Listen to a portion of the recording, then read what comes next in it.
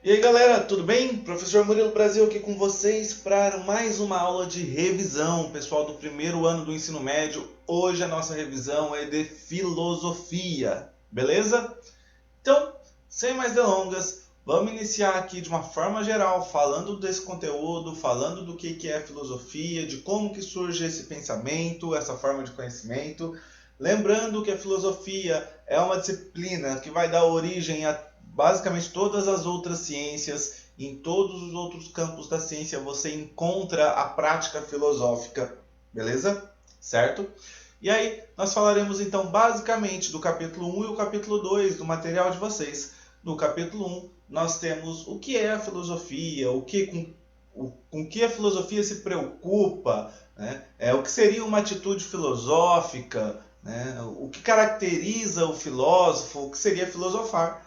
E, obviamente, a divisão histórica da filosofia. Quando eu vou estudar filosofia, é importante então que eu tenha a dimensão dos campos de atuação da filosofia e a sua linha do tempo, por assim dizer. Como assim sua linha do tempo, professor? Não é aula de história, é aula de filosofia. Por que eu tenho que saber a linha do tempo? Ora, né, a filosofia ela vai ter em diversos momentos da história, né, da ação humana, da história da filosofia, né, as suas preocupações principais, as suas características principais. Por conta disso, nós dividimos, né, a filosofia em filosofia antiga, filosofia medieval, filosofia moderna, filosofia contemporânea e filosofia pós-moderna também, a pós-modernidade. Ok, pessoal? Então, assim, isso aqui é em linhas gerais, é o que nós vamos ver nessa aula. Lembrando que, basicamente, isso é o que está no primeiro capítulo. O segundo capítulo, que fala do surgimento da filosofia, fala dos primeiros filósofos, né? Nós temos lá, então, a transição entre a mitologia e a filosofia. Lembrando que a mitologia é uma forma de conhecimento, né? E, assim, uma das primeiras manifestações em termos de forma de conhecimento que a gente consegue perceber na humanidade, né? É uma construção narrativa da origem das coisas, da funcionalidade, dos porquês da vida, né? E, obviamente, que nós teremos aí uma transição, como o próprio nome já diz, quando a gente pensa no surgimento da filosofia, ocorre uma transição entre o conhecimento mitológico e o conhecimento filosófico. E só para a gente poder aqui já amarrar, antes de nós irmos de fato para os dois capítulos, né, é importante nós lembrarmos que o fato de surgir a filosofia, e aí contextualizando historicamente lá no século 6 a.C., na Grécia, né, isso não significa que o conhecimento mitológico deixou de existir. O conhecimento mitológico ele vai influenciar, inclusive, muito os primeiros filósofos, de uma forma geral, e o conhecimento mitológico permanecerá tendo a sua função, tendo o seu papel dentro da sociedade, se manifestando de diferentes formas, beleza? Então, não há uma simples substituição, né, no decorrer do tempo e na história do pensamento. Tranquilo? Então, nesse sentido, pessoal, vamos lá, vamos começar a nossa revisão de fato.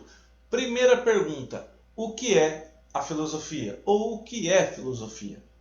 Pessoal, possivelmente vocês devem saber, vocês devem lembrar, né, daquela fala que é pegar a palavra e destrinchar o seu significado a partir da sua origem, no caso da sua origem grega, e basicamente chegar a ter a ideia de que filosofia é o amor à sabedoria, o amor ao conhecimento.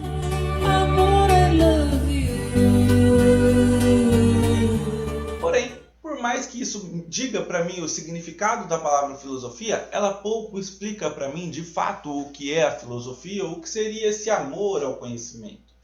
Afinal de contas, né, se a gente pensar dessa forma, o cientista que procura conhecer, né, se o amor à sabedoria então é o desejo de conhecer, então o cientista que não é filósofo, que é cientista, também tem o desejo de conhecer o seu objeto específico, né, a sua área de conhecimento específica. Nós, seres humanos, dotados de curiosidade, temos interesse em conhecer diversas coisas e nem por isso estamos tendo uma atitude filosófica, né? Ou nem por isso somos filósofos, certo? Então, o que difere a filosofia? O que de fato é a filosofia? E aí eu peço licença para a gente poder pensar um pouco aquilo que o teu material traz. O teu material lá na página 11, pessoal, traz isso quando ele pensa, quando ele fala o que o Platão fala sobre a filosofia, ou o que o Platão fala sobre o amor, né? Melhor dizendo, já que a filosofia é o amor à sabedoria, o amor ao conhecimento. Na obra O Banquete, o diálogo, lembrando que Platão trabalha muito com diálogos, né? Você tem um debate sobre o amor e Platão vai apresentando vários conceitos de amor e aí as pessoas vão se pronunciando. E quando chega na vez de Sócrates, né, Sócrates pega e fala assim, olha, o amor não é nada do que foi dito antes. Né? O amor não é amor ao belo. O amor não é o amor à riqueza ou a riqueza. O amor é aquilo que falta em quem ama. Mais ou menos isso Platão vai dizer, né? Que Sócrates diz. Que o amor é aquilo que falta em quem ama. Olha que lindo isso. Então, bonito isso, né? Eu li no livro. Então, se eu amo belo é porque em mim falta beleza. E aí fica a piada, né? Se eu amo a riqueza é porque em mim falta riqueza. E aí a gente pode transpor esse conceito de amor que Sócrates diz ali na obra O Banquete e traz para a filosofia, para o amor ao conhecimento, para o amor à sabedoria. Né? Então o que falta? Falta o conhecimento, falta a sabedoria. Né? O filósofo é aquele que lhe falta, entende que lhe falta e busca, reconhece no outro, reconhece na sabedoria, reconhece no conhecimento, né, aquilo que lhe falta e valora isso, ou seja, dá valor a esse conhecimento. Importante dizer também que esse amor, então, ele também não é ignorante, ou seja, ele não está na completa ignorância, ele sabe, né, ele não é o extremo oposto do conhecimento. Né? Lembrando que o ignorante é aquele que ignora, né? Aquele que não conhece, que desconhece algo, certo? Então, a filosofia seria essa busca. E aí eu trago para vocês, então, o trecho da obra o Banquete, que diz assim: nenhum Deus filosofa ou deseja ser sábio, pois já é. Assim como se alguém mais é sábio, não filosofa. Nem também os ignorantes filosofam, ou desejam ser sábios, pois é nisso mesmo que está o difícil da ignorância, no pensar. Quem não é um homem distinto e gentil, nem inteligente, que lhe baste assim. Não deseja, portanto, quem não imagina ser deficiente naquilo que não lhe pensa ser preciso. Não deseja, portanto, quem não imagina ser deficiente naquilo que não lhe pensa ser preciso. O filósofo é aquele que reconhece que precisa do conhecimento, que lhe falta um pouco de conhecimento, o que lhe falta conhecimento e ele busca esse conhecimento. O filósofo, e aqui é interessante nós pensarmos, né, que ele reconhece isso e o fato dele não ter todo o conhecimento faz com que ele filosofe. Olha que interessante, né? Porque aquele que detém todo o conhecimento não filosofa, porque ele não busca o conhecimento. Ele já o tem. Beleza? Então, ficar com isso aí para a gente pensar, né, o que é essa filosofia. A filosofia, então, ela está dentro desses entremeios. Lembrando que enquanto conhecimento, né, enquanto uma disciplina que nós estudamos, né, a filosofia ela não se encaixa muito bem enquanto uma ciência, porque ela não é uma ciência como nós pensamos o conceito de ciência, né? Ela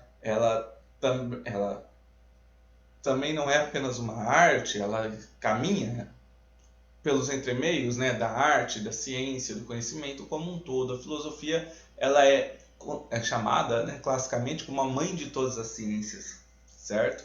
Mas ela não está limitada à ciência. Isso aqui é muito importante de nós pensarmos, né? E aí nesse ponto nós começamos a pensar a postura filosófica, né? A postura do filósofo, né? Quem é o filósofo? O que o filósofo quer? né? O filósofo não quer determinar as coisas. E aqui já vem a primeira coisa, né? Vamos lá. O filósofo ele não quer dizer para você o que é certo, o que é errado e bater o martelo e você, ó, beleza, é isso, concordei, já era, entendi tudo e ponto. Não, né? A postura filosófica, aquilo que o filósofo quer é instigar a busca pelo conhecimento, literalmente questionar, né? O questionar, o pensar, o refletir, o reflexionar, né? Sobre as coisas, sobre as perguntas importantes da vida, sobre a existência, sobre a origem das coisas, sobre os porquês das coisas, certo? Então, a atitude do filósofo está muito ligada a essa questão do questionamento, né, numa postura crítica. E essa postura crítica diante das coisas, diante do mundo, né, confere ao filósofo uma perspectiva de análise, de reflexão desse mundo. Essa postura, né, essa postura que é incentivada pela admiração, né, é quando o filósofo vê algo e ele admira esse algo, né, leva ele à prática filosófica. E aí, novamente, eu peço licença para retirar um trecho que está no livro de vocês, na página 13, né, que o Aristóteles diz. Aí o material traz assim, ó: já que o filósofo não se motiva pela necessidade de resolver uma dificuldade prática, nem de promover uma necessidade cotidiana, o que faz com que ele comece a filosofar? Aristóteles nos dá uma resposta na sua obra Metafísica, inspirada por Platão. E aí Aristóteles vai dizer assim: foi pela admiração que os homens, assim hoje como no começo, foram levados a filosofar, sendo primeiramente abalados pelas dificuldades mais óbvias e progredindo em seguida, pouco a pouco, até resolverem problemas maiores. Olha só, né? O que nos leva a filosofar é justamente, né, a admiração que nós temos a partir do momento que nos deparamos com as coisas da vida, com os questionamentos da vida. Ok? E aí, você em algum momento se colocou diante desses problemas da vida e por algum instante que seja, começou a se questionar o porquê? Se você fez isso, por que você não continuou buscando respostas? Né? E se você encontrou a resposta te satisfez? Ou essa resposta te deixou mais dúvidas? Criou dúvidas novas, por exemplo. Te responde algumas coisas, mas te leva a questionar outras. Olha que esse é o início, é o passo a passo, né, da atitude filosófica. Beleza? Então, que é a filosofia, a postura filosófica, certo? Que é um pensamento crítico. Esse pensamento crítico está em contraponto ao senso comum. Não se esqueçam disso, né? Então, a atitude do filósofo sempre estará, né, em contraponto ao senso comum, questionando as verdades estabelecidas pela sociedade e por aquilo que nós chamamos de senso comum, que é aquilo que nós normalmente a sociedade não questiona. Valores, regras, práticas, explicações que possam existir anterior a nós e que, de alguma forma, a sociedade não questiona. Isso é o senso comum. Ok? E aí obviamente, que o pensamento crítico ele se contrapõe a esse senso comum. Ok? Beleza, pessoal? O terceiro ponto do nosso primeiro capítulo, ele vai falar sobre a questão das áreas da filosofia.